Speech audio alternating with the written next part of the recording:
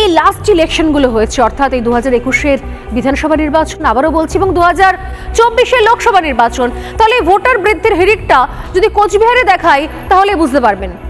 শুধু কোচবিহার ধরে দেখাচ্ছি, দেখুন কোচবিহারের মেকলিগঞ্জ, এখানে এই ভোটার বৃদ্ধি হয়েছে 26%। কোচবিহারের মাথাভাঙা, এখানে ভোটারের সংখ্যা বৃদ্ধি হয়েছে 26%।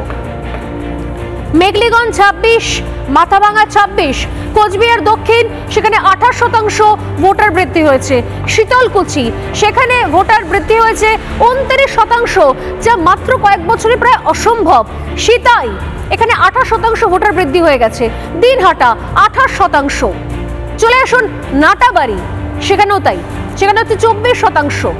শুভেন্দু অধিকারী সম্প্রতি দাবি করেন যে এই ভোটার তালিকা বৃদ্ধি হয় মাত্র 4 বছরে, অর্থাৎ 2021 থেকে 2025-এর মধ্যে।